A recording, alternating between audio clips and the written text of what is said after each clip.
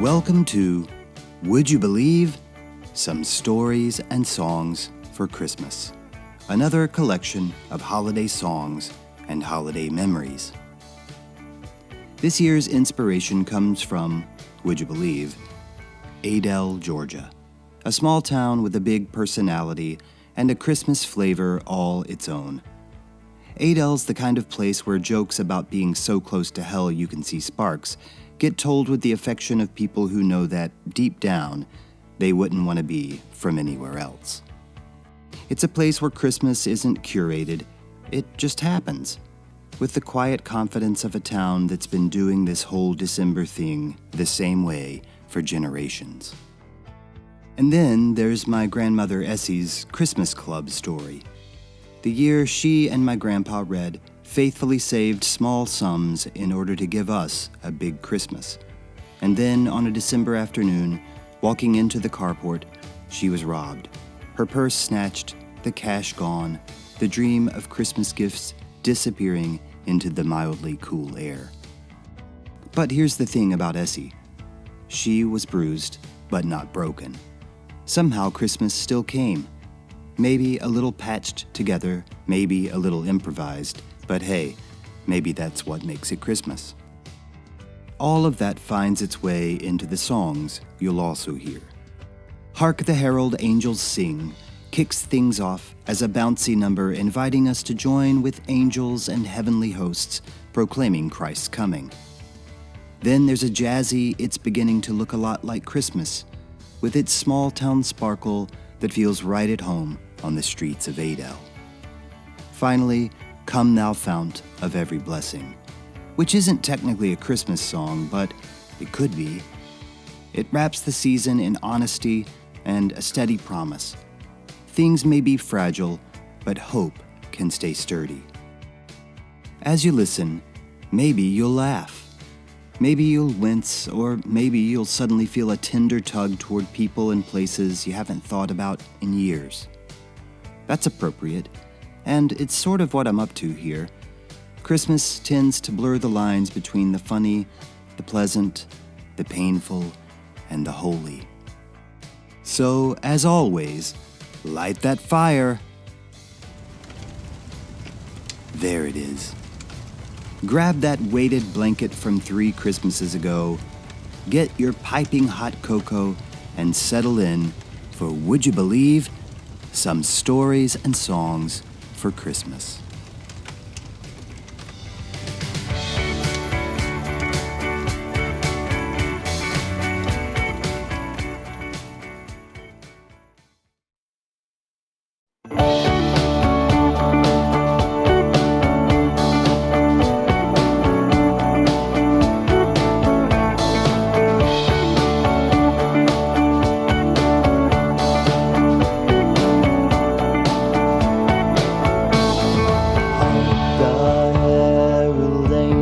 Sing glory to the newborn King.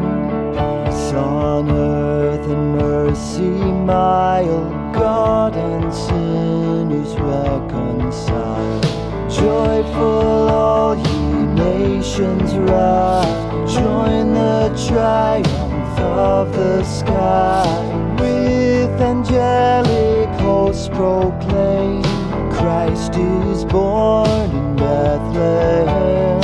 Hark, the herald angels sing, glory to the newborn King.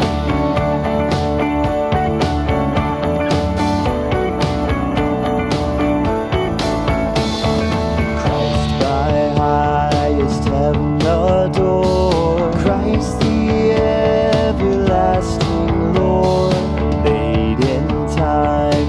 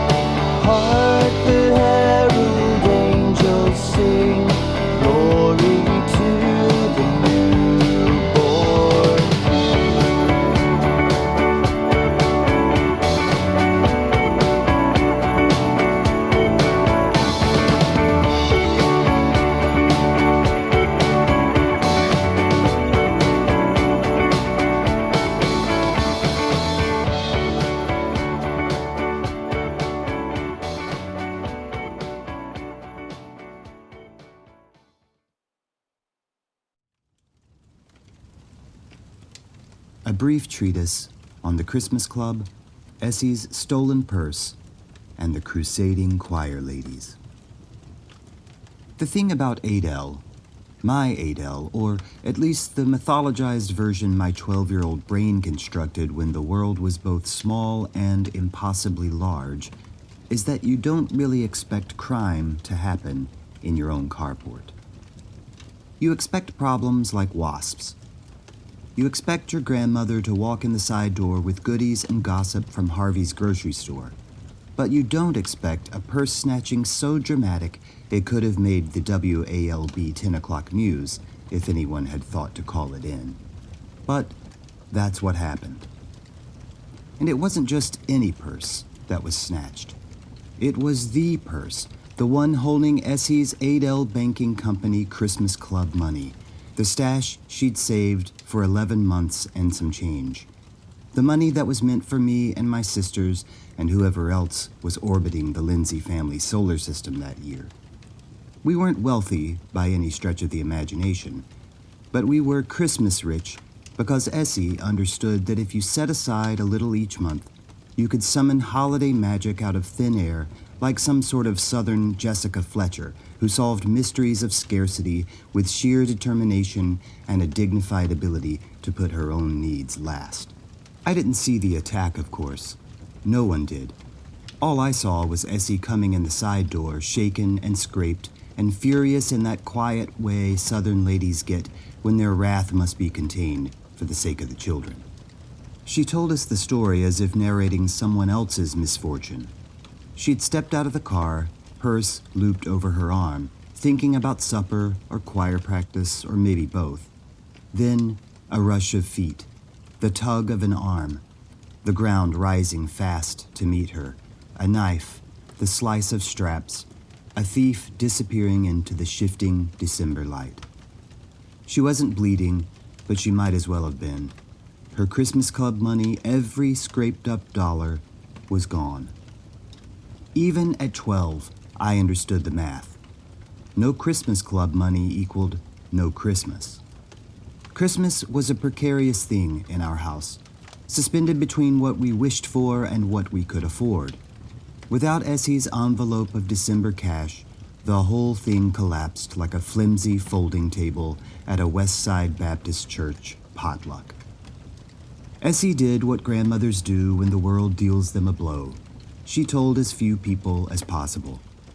Unfortunately for her secrecy plan, but fortunately for the plot of this story, two of the people she did tell were Edith Kaysen and Merle Griffin, fellow altos in the choir and women whose moral centers were so upright you could check your posture by them. Edith and Merle were not quiet ladies. These were women who knew how to project over a church organ without amplification. Women who could rally a casserole brigade in under 5 minutes and bake a pound cake that could alter the trajectory of your whole childhood. So, of course, they told people. While not quiet, they were discreet in that church lady way that somehow disseminates information to exactly who needs to know and nobody else. Edith and Merle started a collection for the Lindseys. Just a little thing. A secret thing, a thing Essie, had she known, would have shut down so fast it'd leave scorch marks on the Fellowship Hall linoleum. But Essie didn't know. And because she didn't know, it worked. People gave. And then more people gave. And because this was Adele, where generosity works like gravity, subtle, constant, pulling you in whether you notice or not, people gave way more than the amount that was stolen. They didn't give out of pity. They gave because Essie had lived a giving life. Essie, who ran fundraisers for families with sick kids. Essie, who organized benefit sings that lasted so long even God had to check his watch and wonder how much longer this thing was going to go on. Essie, who made you feel like your life mattered by handing you a glass of sweet tea and telling you exactly what she saw in you that was good. When the money was presented to her, quietly, reverently, probably with someone handing her a tissue she promptly refused, I imagine she cried. Not because she felt sorry for herself, but because people had loved her in the same way she loved them, abundantly and without spectacle. Everything about the holiday went on as usual after that. Gifts appeared under the tree, ribbon curled just so. My sisters and I ripped open that holly-themed wrapping paper with our usual confidence that Christmas was simply something that happened like clockwork or Newtonian physics. I didn't know the full story until many years later when my sister Jennifer filled me in. But I think about it now, especially as an adult who understands the complicated economics of generosity. How it sometimes feels like a finite resource. How giving can feel small when you're the giver and unbearably huge when you're the receiver. And I have decided this. The true miracle wasn't the donated money. It wasn't the crusading choir ladies. It wasn't even Essie's refusal to see herself as a victim who deserved help. The miracle was how everyone acted like this was normal. Like this is simply what happens. Someone gives all year, that someone gets knocked down, and the people who've been quietly watching that someone love her people decide to step in, wordlessly insisting that the universe remain good this Christmas, that the light overcomes the darkness this time. It's the closest thing I've seen to proof that love behaves like cash in a Christmas Club account. Love accumulates in increments so small you barely notice them until one day you do. One day love bursts into the open in a way that feels undeserved and inevitable, and you realize it was there all along. And maybe that's what I've been trying to say this whole time. That the real story isn't that Essie lost the money. It's that I grew up believing, without ever questioning it, that when someone falls, literally in a carport or figuratively anywhere, people rush in to lift them up, to love them. I'm a product of that kind of care, and Essie did so much of the lifting and the loving. When someone you love falls, you find a way to love them back on their feet. And if that's not at the very heart of Christmas, at the very heart of God with us, well, I guess I don't even know what Christmas is.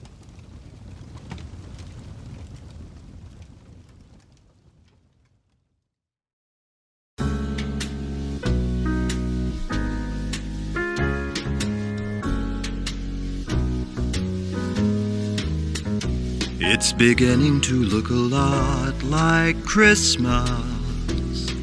Everywhere you go, take a look in the 5 and 10, glistening once again, with candy canes and silver lanes aglow. It's beginning to look a lot like Christmas. Toys in every store, but the prettiest sight to see is the holly that will be on your own front door. A pair of hop-along boots and a pistol that shoots is the wish of Barney and Ben. Dolls that will talk and will go for a walk is the hope of Janice and Jen. And Mom and Dad can hardly wait for school to start again. It's beginning to look a lot like Christmas. Everywhere you go, there's a tree in the Grand Hotel, one in the park as well, the sturdy kind that doesn't mind the snow. It's beginning to look a lot like Christmas. Soon the bells will start, and the thing that will make them ring is the carol that you sing right within your heart. It's beginning to look a lot like Christmas. Toys in every store, but the prettiest sight to see is the holly that will be on your own front door. Yes, it's Christmas once more.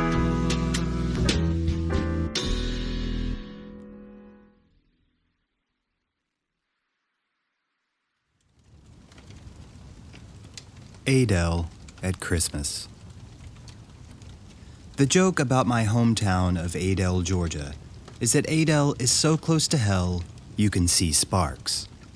Sparks, as it happens, is a real physical place located just north of Adele. Population, barely enough to justify a water tower. There are at least 3 plausible interpretations of this joke.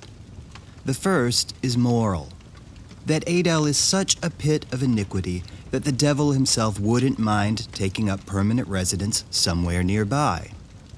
While that's a fun take, it doesn't really track. Yes, there are some colorful residents, folks who've made lifestyle decisions that would not pass a Sunday school background check, but you could say that about literally every town in America. Even Mayberry probably had a meth problem in the late 90s.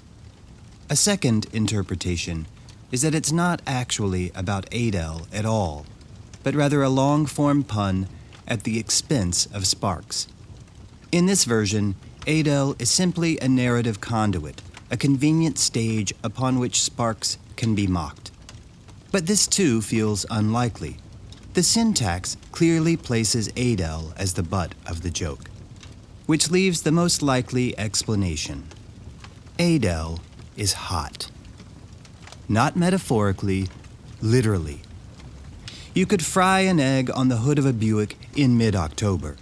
So maybe the hell part isn't so much a moral indictment as a meteorological observation. Christmas, however, was different. If Adele was infernal 10 months out of the year, late November through December was our version of heaven. The entire town seemed to become emotionally invested in proving that magic was possible, even when it was 70 degrees out and someone's cousin was barbecuing in jams and a Santa hat. The crown jewel of the spectacle was Main Street, or rather, the street that should have been called Main Street but was instead called West 4th Street, which is objectively terrible branding. Even as a kid, I knew that was a missed opportunity. So during the holidays, I rebranded it in my own mind as Christmas Avenue.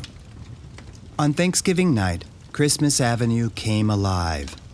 Light poles were wrapped in glowing snowflakes, shiny candy canes, and neon reindeer that looked vaguely like a Cook County version of the Northern Lights against the South Georgia humidity. Then there was the Sowiga building, the centerpiece of Adele's holiday aesthetic. Sowiga stood for Southwest Georgia Watermelon Growers Association, which is the kind of acronym you get when your civic ambition peaks at accurate geography and crop production. But everyone just called it the Watermelon Building because its red brick facade was decorated with green terracotta watermelons. Every Christmas, the Sowiga building was crowned with a lit Christmas tree so large you could see it from the outskirts of town, shimmering like the heat-stroke version of Rockefeller Center. And then there was Bear Creek, the subdivision equivalent of wearing boat shoes while listening to a Jimmy Buffett holiday soundtrack. The Bear Creek Luminary was Adele's luxury event, featuring what seemed like thousands of white paper bags filled with sand and lit candles, lining every street like a landing strip for Santa's sleigh and middle-class contentment. Driving through it felt surreal, like someone had mashed together Dickens's A Christmas Carol and a Florida retirement village brochure. Christmas in Adele wasn't just a holiday. You could be a cynic 11 months out of the year, but in December you'd find yourself driving past the glowing Watermelon Building, window down, warm air on your face, and thinking just for a second that maybe this was enough. That's the strange part about nostalgia.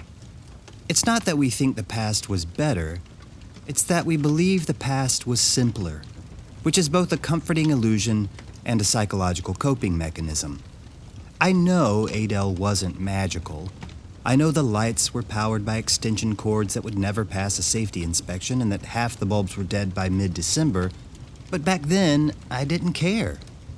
And remembering that now makes me a little suspicious of my own emotional circuitry. Still, Every Christmas, no matter where I am, there's a moment when I catch the reflection of a light in a window or the sound of a half-tuned caroling choir, and I think of Adele. I think of Christmas Avenue and the Watermelon Building and the paper bag candles fighting hard against the dark. I think of how belief itself, the act of deciding to see beauty in something ordinary, is sometimes the closest thing we have to honest-to-God faith. If Adele taught me anything, it's that you can live in a place where it never snows, where the street names are wrong, where the heat never really leaves, and still, somehow, see sparks.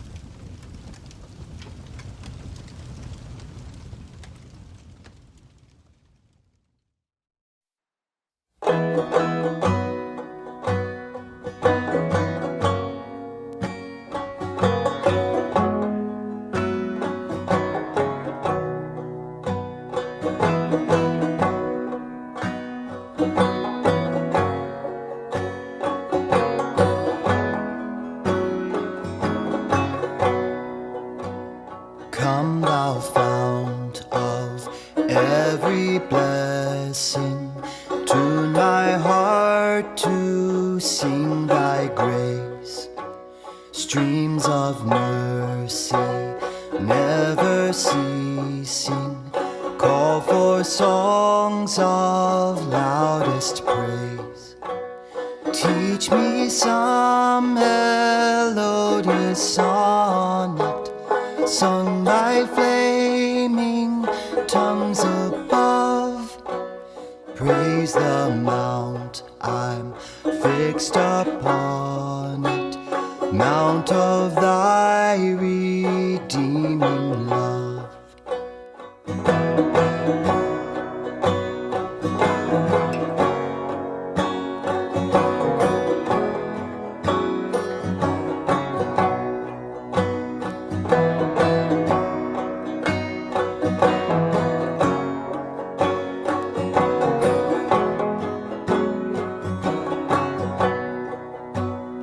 Here I raise mine Ebenezer, hither by thy help I've come, and I hope by thy good pleasure safely to arrive at home. Jesus sought me when a stranger, wandering from the fold of God, he to rescue me from danger interposed his precious blood.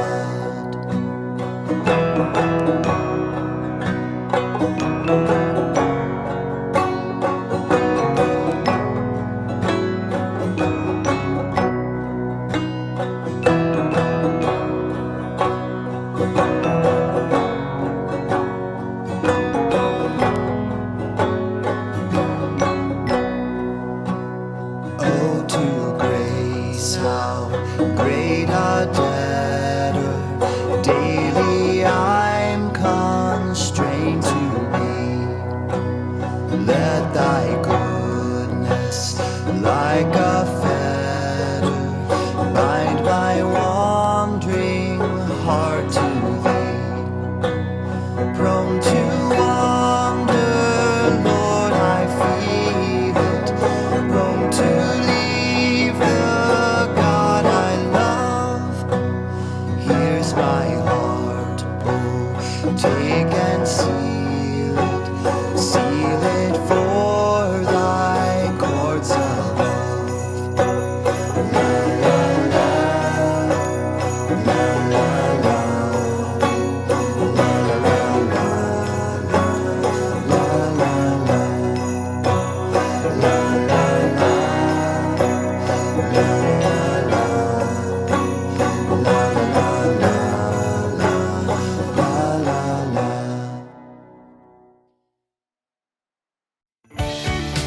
And that brings us to the end of Would You Believe? Some Stories and Songs for Christmas. If you made it this far, first of all, bless you. You've endured purse-snatching criminals, alto section gossip, and at least one theological reflection involving Christmas lights and small-town Georgia. That's quite a journey for a single holiday project, so well done.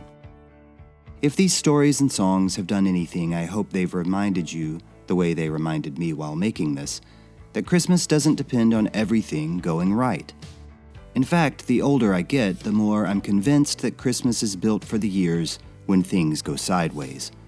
When the money disappears, when the lights don't match, when the memories are heavy and the future feels light years away.